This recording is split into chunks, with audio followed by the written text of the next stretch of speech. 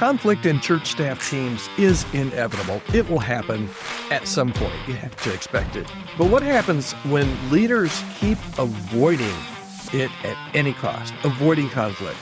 Today on the Healthy Church Staff Podcast, we're going to talk about the quiet cost of delayed conflict and why putting it off makes it even worse. We're going to walk through some practical tools for addressing conflict with clarity and compassion and courage. Hi there, my name is Todd Rhoades, and I'm one of the co-founders over at chemistrystaffing.com, and I'm your host right here on the Healthy Church Staff Podcast. Maybe you felt it for weeks, and you know what I'm talking about, awkward tension in staff meetings. There's kind of some snide comments, some side comments. Maybe there's some sudden silence when somebody walks in. But instead of addressing it, you've just been looking the other way yourself. You've been waiting, hoping that it just goes away.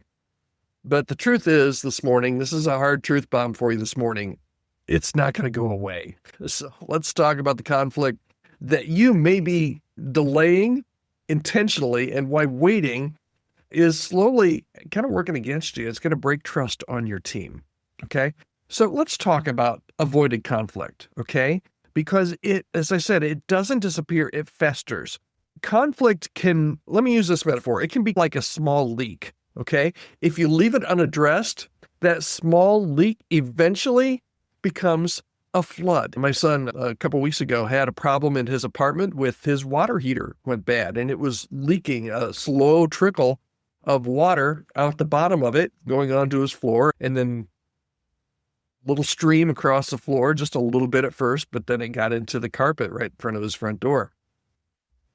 You know, what started as just a really small leak that happened one night, the next morning he got up and all of his floor was wet. That small leak didn't become a flood, but it sure became something that he didn't want to have to deal with. So silence, when it comes to conflict and when you see it, silence doesn't equal peace. It often signals fear. It often signals confusion. It can even signal some disengagement if you're avoiding conflict. And here's the truth. The longer that you wait to address the conflict, the more stories people are going to make up. And those assumptions, they're not going to be overly kind. Now, maybe you're the kind of personality that you just like to avoid conflicts. I don't think anybody likes to deal with conflicts.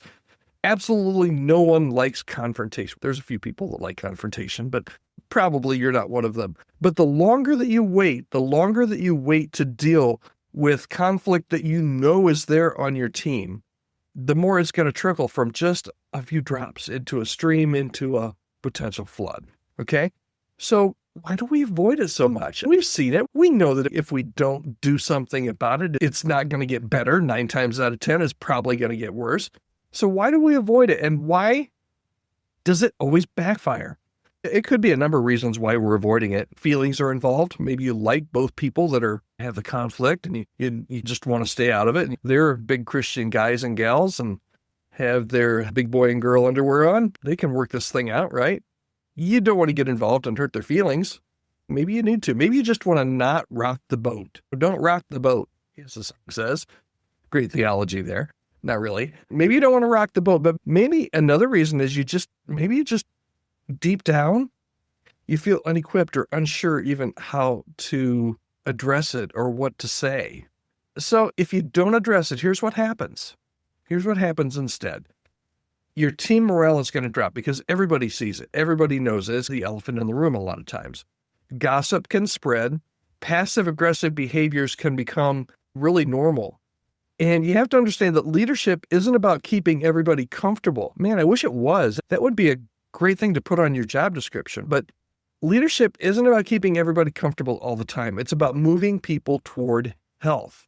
That's what real leadership does. All right, so how do you start? How do you start? You need to start right now. You need to start today. Don't wait for the perfect time because there's not going to be a perfect time. So what do I want you to do today? You say, Todd, I've got a conflict that I know I've been kind of looking the other way and I know I need to deal with it. What do I need to do? You need to start today. And the first thing you can do, get out a piece of paper, pull up your calendar right now, set a time to talk. Okay? Set a time to talk. Focus on behavior and impact, not on character or intent. going curious, right? When you have this conversation, going curious, not combative. Help me understand this. Phrases like, here's what I'm seeing. Here's what I'm noticing.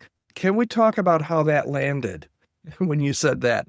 I want us all to move forward, and maybe you need to start with just one of the people that's involved in the conflict. Maybe it's a conflict that somebody has a conflict with you and you've been avoiding it.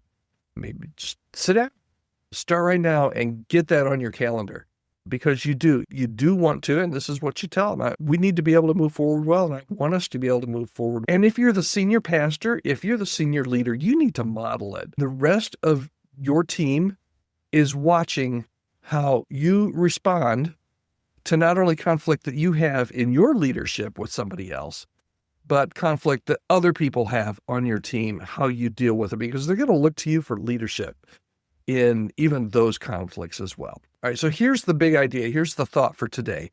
Conflict delayed is rarely conflict diminished. Okay? Conflict delayed, if you put it off, it's rarely going to go away. The conflict will not diminish. It will probably escalate. I'd love to hear from you today. Write me an email. Tell me, what's one hard conversation that you've been putting off? Or maybe you just had a hard conversation and you want to tell me, hey, Todd, here's what happened.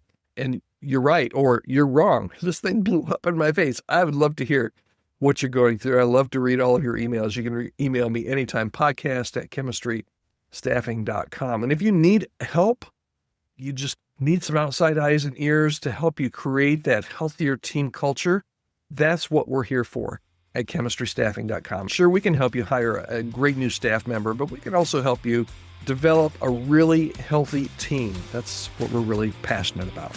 All right. So I hope you'll reach out to me, podcast@chemistrystaffing.com. And I do hope that you will reach back out tomorrow and listen. We're here every Monday through Friday on the Healthy Church Staff Podcast with